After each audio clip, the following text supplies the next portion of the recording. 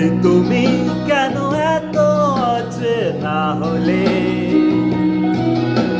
সেই আমি কেন তোমাকে দুঃখ দিলে, কেমন করে এত অচেনা হলে তুমি, কিভাবে এত বদলে গেছি এই আমি। ও বুকেরই সব কষ্ট দুহাতে সরিয়ে চলো বদলে যাই। তুমি কেন বোঝো না তোমাকে ছাড়া আমি অসহায়।